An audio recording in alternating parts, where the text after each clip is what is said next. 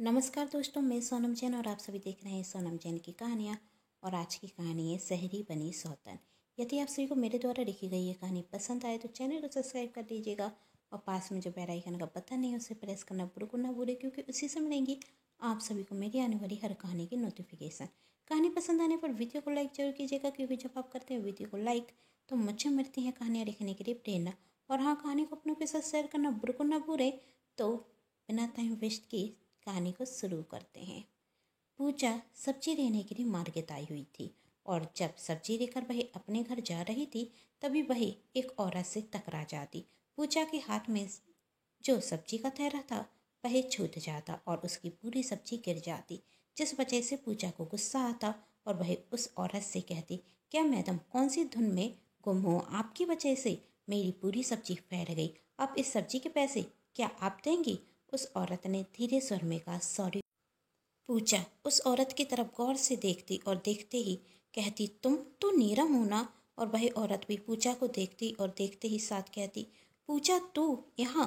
पूजा ने कहा, हाँ मैडम, मैं तो यहाँ पर ही रहती हूँ, पास की कॉलोनी में मेरा घर है।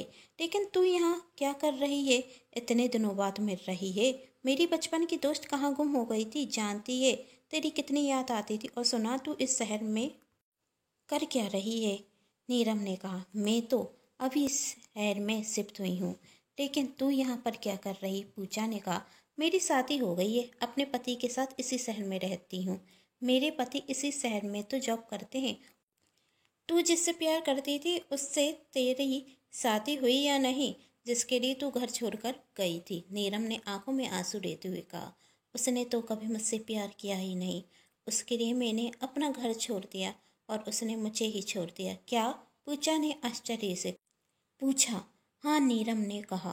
फिर तू वापस क्यों नहीं आई? पूजा ने पूछा। नीरम ने कहा, हिम्मत ही नहीं हुई, और आती भी कैसे? मैं अच्छे से जानती थी यदि वापस आऊंगी तो मम्मी पापा तो मुझे देखना तक पसंद नहीं करेंगे, और करें भी क्यों? मेरी वजह से उन्होंने लोगों के कितने ताने सुनने पड़े। मुझ में हिम्मत ही कहाँ थी कि मैं वापस घर आ जाती। तो अब क्या कर रही है? पूजा ने कहा। और कहाँ रहती है? नीरम ने कहा, यही पास में ही एक छोटा सा किराए पर घर लिया हुआ है और कुछ बच्चों को ट्यूशन करा देती हूँ, उससे ही घर का खर्च चल जाता है। तू तो जानती है मेरे तो शुरू से ही सपने बहुत बड़े बड़े थे, इसलिए कभी मैंने पढ़ाई पर ज़्यादा ध्यान दिया ही नहीं, जिस वजह से मुझे तो एक अच्छी नौकरी भी नहीं मिलेगी। तुम मुझसे अक्सर कहती थी कि अपनी पढ़ाई पर ध्यान दे, लेकिन मैं तो कॉलेज बंक कर दिया करती थी। पूजा और नीरम दोनों ही बचपन की दोस्त थे, लेकिन स्वभाव से दोनों ही अलग थी। दोनों का घर आसपास था पर दोनों का स्वभाव नहीं मिलता था। पूजा हमेशा अपनी पढ़ाई पर ही ध्यान देती थी, उसे किसी से भी कुछ लेना देना नहीं था। लेकिन नीरम की आदत थी हर घर की खबर रखने की, हर व्यक्ति के बीच में टांग अड़ाने की। पूरे मोहल्ले और गांव की खबर नीरम के पास जरूर होती थी। पूजा अक्सर नीरम से कहा करती थी, तुझे दूसरों से क्या लेना देना? तू खुद पर ध्यान क्यों नहीं देती?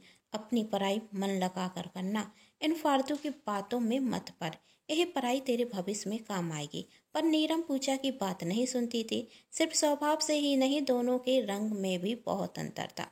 पूजा का रंग जहाँ सांवरा था वहीं नीरम का रंग गोरा था, जिस बात का नीरम को बहुत घमंड था, और वही मुंबई जाकर एक हीरोइन बनना चाहती थी।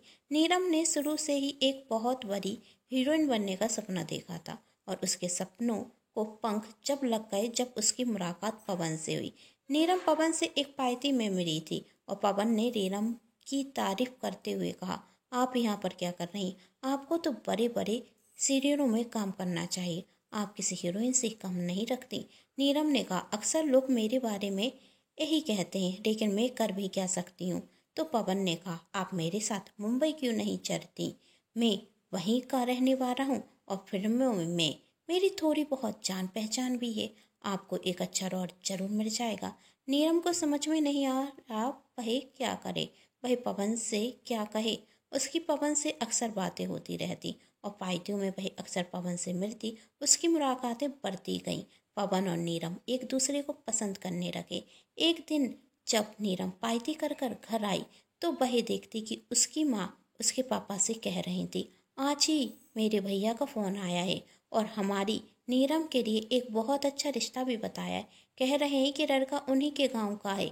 भैया तो लड़के की बहुत तारीफ कर रहे थे, कह रहे थे कि लड़का तो बहुत अच्छा है। एक फ़ोन पर फोटो भी भेजी हुई है, जरा आप देखिए तो आपको कैसा लगा। और बायोडेटा भी है। कह रहे हैं यदि तुम्हें लड़का पसंद हो तो नीरम को देखने के लिए भेजें।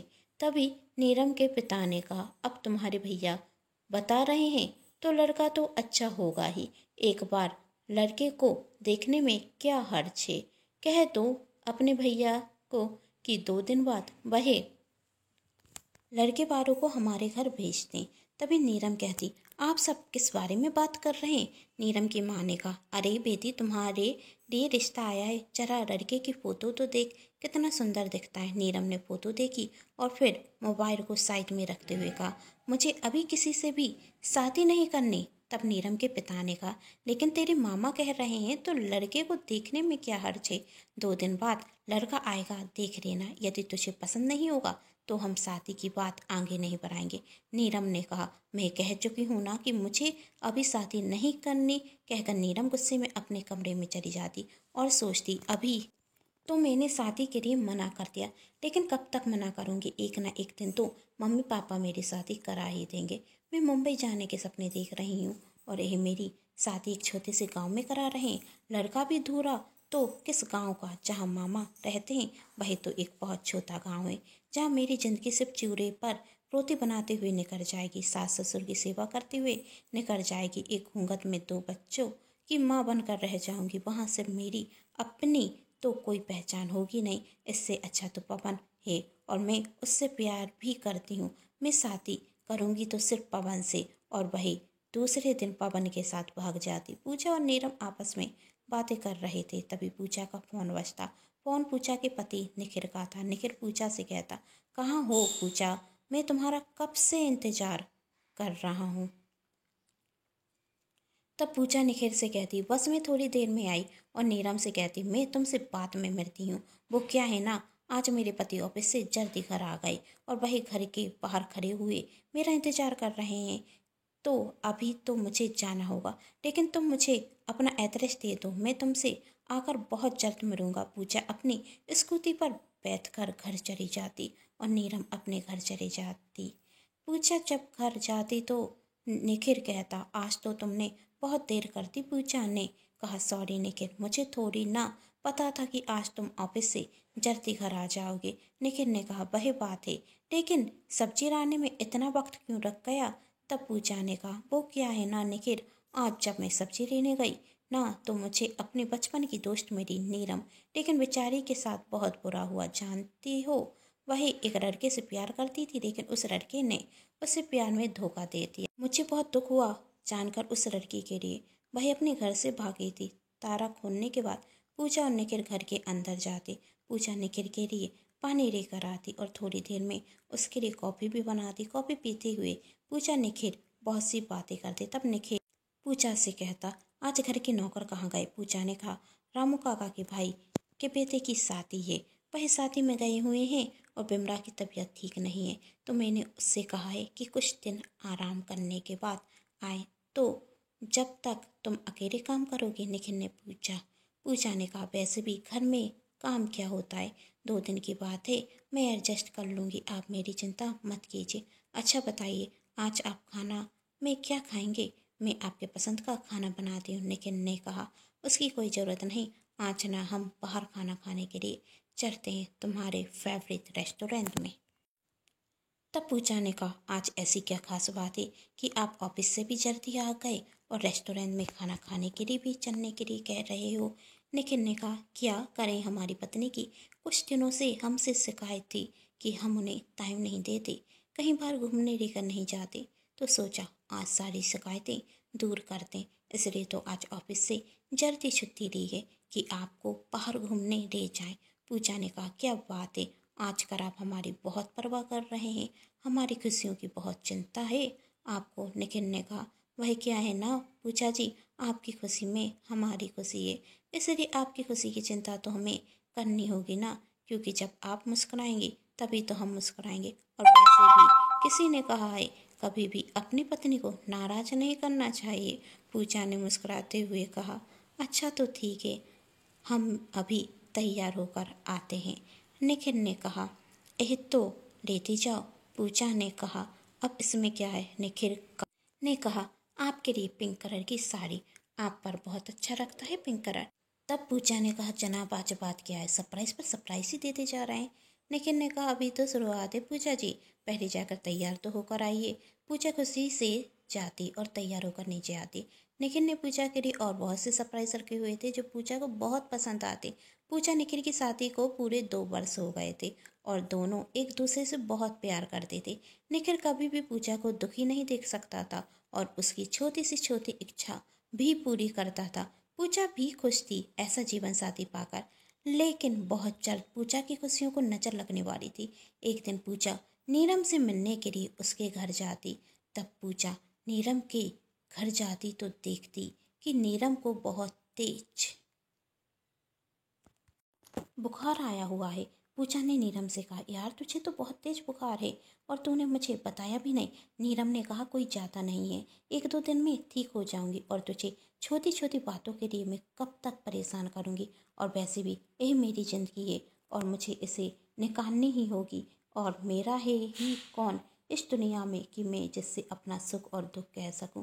तब पूजा ने कहा, खबरदार आज के बाद कहा कि तेरा इस दुनिया में कोई नहीं, मैं तो हूँ तेरी सबसे अच्छी दोस्त और तू अब इस घर में नहीं रहेगी, आज से तू मेरे घर में रहेगी। तब नीरम ने कहा, पागल हो गई है क्या, तेरी शादी हो चुकी है और क्या पता तेरे घर वालों को पसंद भी आएगा मेरा वहाँ रहना या नहीं।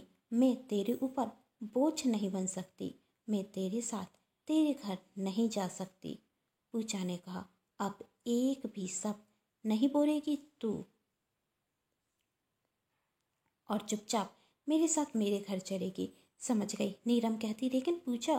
पूजा ने नीरम को रोकते हुए कहा, लेकिन कुछ भी नहीं और कोई बोझ बनने वाली नहीं है तू मुझ पर। और मेरे पति मुझसे बहुत प्यार करते हैं और मैं उन्हें बहुत अच्छे से जानती हूँ। उन्हें कोई परेशानी नहीं होगी कि तू हमारे साथ हमारे घर में रहेगी, समझ गई। और पूजा नीरम का सामान पैक करने रखती और उससे कहती, चल मेरे साथ।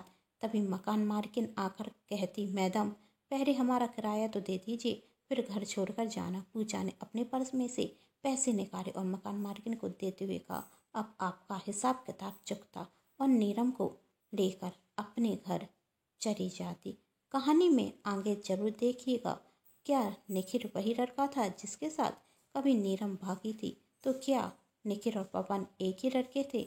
और जब पूजा की सहेली नीरम बनेगी उसकी सौतन तो क्या होगा? जानने के लिए कहानी का अगला भाग जरूर देखें, जिसके लिए कर लीजिए चैनल को सब्सक्राइब, क्योंकि जब मैं लेकर आऊँ इस कहानी का नया भाग तो आप सभी को पता चल सके। कहानी पसंद आने पर चैनल को सब्सक्राइब, वीडियो को लाइक एंड शेयर जरूर कीजिएगा। Thanks for watching.